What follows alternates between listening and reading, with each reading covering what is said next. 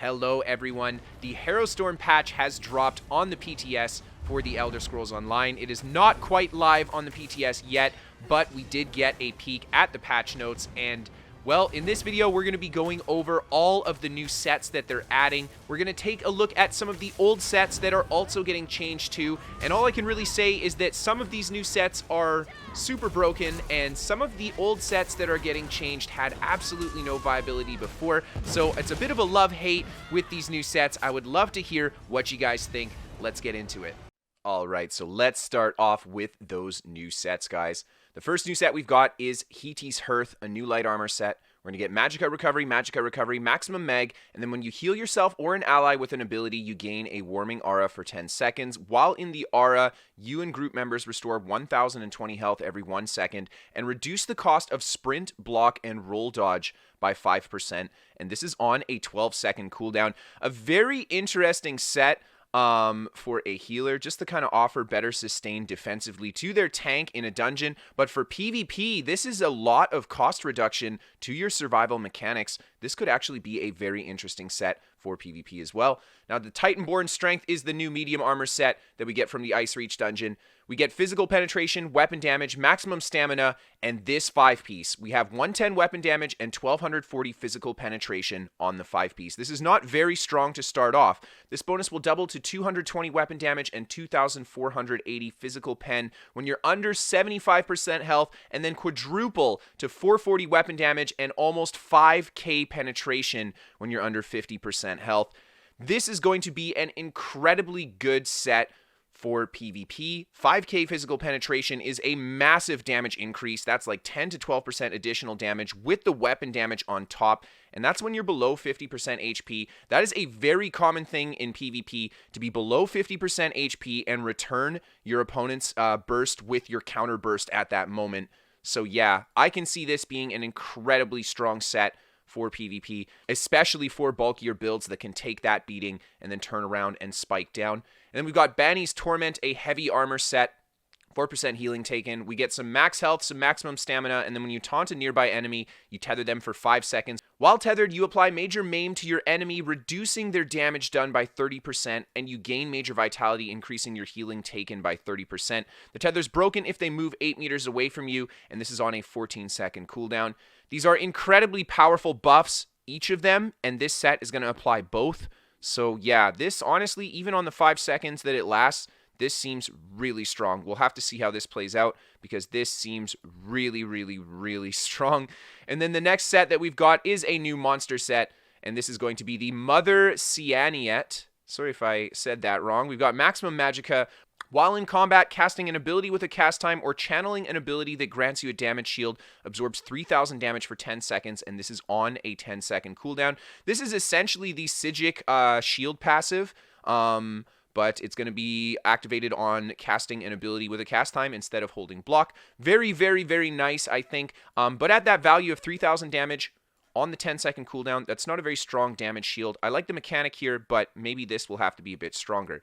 Now, the next group of sets are from the Unhallowed Grave Dungeon. The first is going to be the Draugr Grip, the light armor set. We get Max Mag Spell Penetration, Mag Recovery. Dealing direct damage has a 10% chance to place a ghostly curse on your enemy for 6 seconds. A cursed enemy will take 530 extra damage from all of your abilities on a 6-second cooldown. I'm looking at Magicka damage over time builds. This will be absolutely incredible. As you apply your dots, you'll eventually get the application of that ghostly curse, making all your dots deal that base increased damage more, and that's going to be really nice.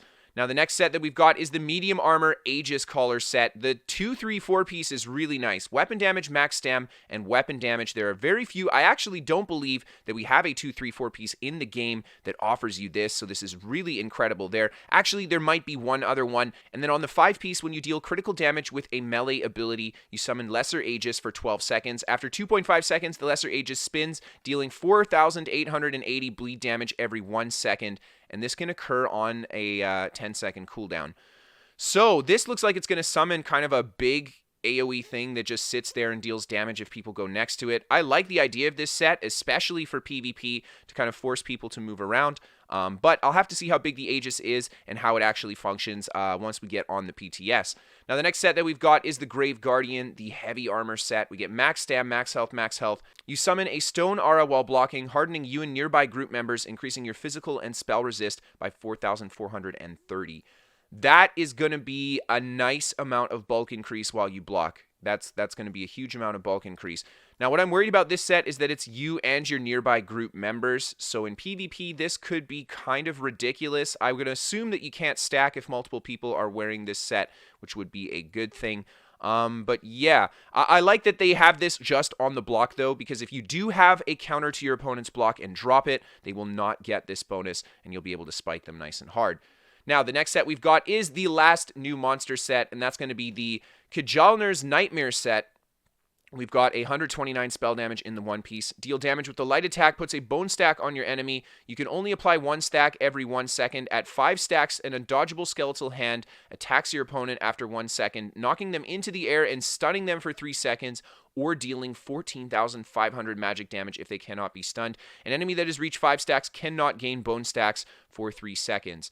This is very interesting. It's going to add the stun utility to this set. I'm not sure if this is going to be an AoE stun if you have other opponents around whoever's getting hit by this, but the amount of damage it deals is really beefy, and I'm going to assume this is going to be able to apply at a distance as well if it's summoning the hand. Again, we'll have to get on the PTS to test this, but interesting monster set here. This is going to be pretty brutal with a lot of the other proc sets that we see on Magicka builds right now, so we'll have to see how that kind of plays out.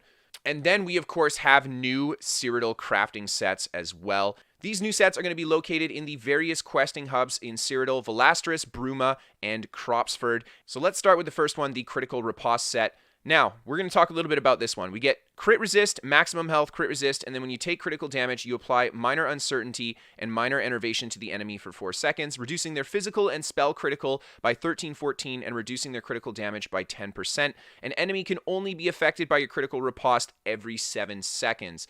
A huge counter to critical builds here. Very interesting to see how this will play out because this is going to be a PvP set. You don't get crit in PvE, at least you don't take critical hits yourself. And this is a huge amount of critical damage reduction. I'm really worried about this set because critical damage is the one source of damage that really just had critical resistance to work with and not multiple sources of damage reduction. And yeah, this is honestly going to start hurting critical builds. This set here, I think, is going to be nothing but a problem for the tank meta. It's going to be just continuing to affirm that you should build really tanky with multiple types of resist, and it's going to continue to affirm the tank meta in this game. So as it sits right now, not a big fan at all of this 5-piece. Honestly, I would have gone completely the opposite direction and created another 5-piece that benefits critical damage, but hey, ZeniMax wanted to do it this route. Now let's talk about the other part of this set, which I'm really not impressed with as well, and that's 424 critical resist in the 2 and 4 pieces. This is a huge problem, and I'm going to very quickly gloss over why this is a huge problem, but it should be very evident to you guys. If you have an infused trait on your gear, and you have a gold enchant that gives you 840 magicka, you put the infused trait on there, you will gain at most 200 additional magicka from that infused trait on your gear. If you put an impenetrable trait on your gear, you get 250 critical resistance. Let's compare that to a 2-3-4 piece. 200 magicka versus the 1,000 magicka that we would be getting, 1,100 magicka that we'd be getting. That is not even 20% as good as the 3-piece here, if we compare it like that. But the critical resistance is going to be 60% as good compared. So as it sits right now, you gain way too much critical resistance from the 2 and 4 pieces on this set. This is way too powerful, and this is again going to be a massive issue for the tank meta in this game. All I can really say is this set here is going to do nothing but make the tank meta worse, and it comes from the fact that the 5-piece is way too strong of a counter to one of the few sources of damage that you can still kind of stack to kill tanks outside of penetration, but you've got to have everything really, and then this 2-4 piece is the nail in the coffin. Honestly, I don't want to see this set go to live. Everything about this is wrong, period. Now let's move on to the next set and talk a little bit more about, honestly, some of these new sets. They scare me a lot. The 2-piece on the Unchained Aggressor, we get max stam. The 3-piece, we get stam recovery. Then you get weapon damage and spell damage on the 4-piece. After breaking free, you gain Major Berserk for 9 seconds, increasing your damage done by 25%, and this can occur once every 21 seconds.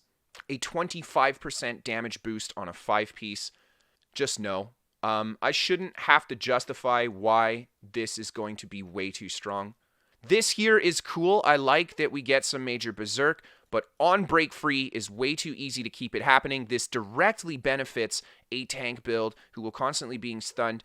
And yeah, like honestly, like I'm going to use this on damage builds too. This is just way too strong. 25% damage increase is a huge no-no.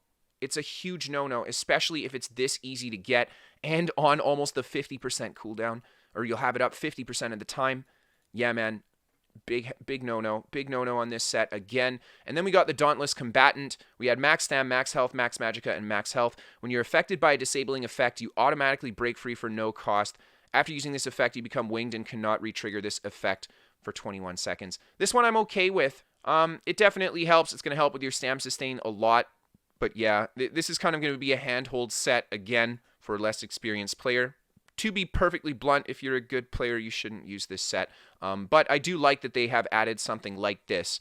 So yeah, just a quick summary of the sets, guys. I like a lot of them, but these two here I think are going to be major problem sets for the game, and I really don't want to see them go live like this. I would love to hear you guys' thoughts, but moving on. Another little item set change is that the activity of holding block is now called bracing. And that's ZeniMax's new terminology for it, and we will see that in the sets. And of course, there have been some updates to existing item sets, mostly fixes. Affliction will now properly apply the Diseased and Minor Defile status. Archmage will now properly trigger off those heavy attacks. Ashen Grip got some big buffs. There's no 10% proc chance, and they increased the damage on it to 5,350.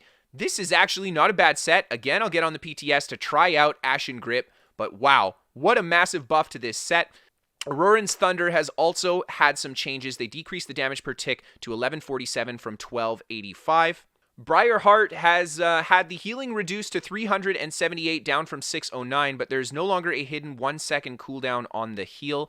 And they increased the weapon damage by 1 for a prettier number, and they increased the proc chance to 25% up from 10%. So the healing's much less, but the proc chance increase, honestly, I really like this for Briarheart. It's going to be a much more viable and usable set now. Clever Alchemist, they increased the duration of the bonus to 20 seconds, up from 15 seconds, and they increased the weapon and spell damage bonus to 675. Now, this is really interesting because you can, of course, use potion cooldown glyphs with infused jewelry and get really low cooldown on your potions. So you'll have a really high uptime on this set now, honestly making Clever Alchemist a much more attractive set than it used to be. Curse Eater now has an 8-second cooldown per target rather than overall. This is going to make it better all around in PvP, I think. The Mag Restore was increased to 678 up from 600. So Curse Eater actually got a little bit of a buff, being a very good set for PvP already. Curse of Dolimish, they reduced the cooldown to 4 seconds from 7, and they increased the damage to 12,507, up from 12k. Big buff to the Curse of Dolimish again, and yeah, this is a really, really, really good set for PvP. Even for damage builds, you can get some massive damage with the Curse of Dolimish proc, so there you go. The Destructive Mage set, the set explosion can now be triggered by any heavy attack rather than only allies, which is really nice. It made the set very hard to use, especially if you're playing by yourself. They reduced the cooldown of this set to 4 seconds from 10 and decreased the damage of the explosion to 6,575. This is going to be a really good set now. I'm excited to see this one too and try it out on the PTS. Elfbane, they increased the duration of the bonus for this set to 5 seconds up from 2, so a big buff to that set there. Some fixes to the Engine Guardian set. Essence Thief will now proc off of light or heavy attacks instead of only light attacks. Galarian's Revenge has been changed, so now you only require 5 stacks to activate the set. The damage has been increased by a huge amount, up to 9,630, and they added a 1-second cooldown to applying stacks. This is interesting. This makes the set a lot more attractive. Again, Galarian's Revenge was not a popular Magicka proc set, so a big buff to that one there. And then Ice Furnace, this set no longer requires direct damage with a proc chance to trigger, and they increase the damage to 1644 from 1055.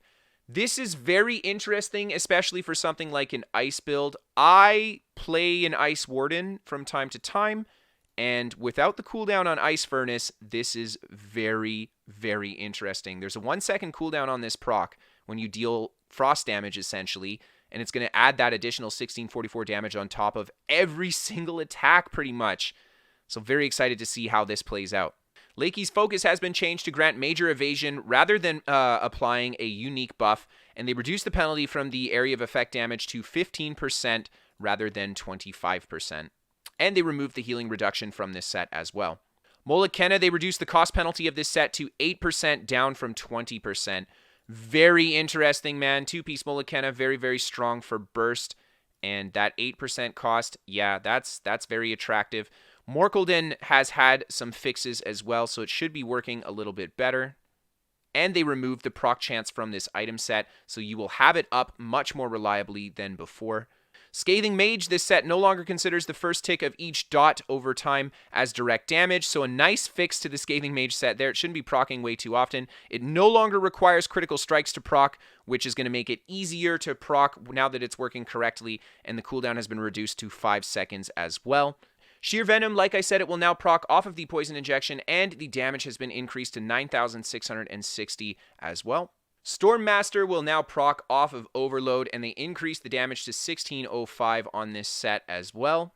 Thews of the Harbinger now deals 6% of your max health rather than 4% of your max health, so a bit of a buff to that set there. Valken Scoria will no longer proc off of other procs. That's nice. Vycosa will now reduce the enemy's spell and weapon power by 268 instead of applying the major maim, and they increase the duration to 8 seconds and reduce the cooldown to 12 seconds, so some nice buffs to that set there too. And then basically just fixes for the rest of the sets here.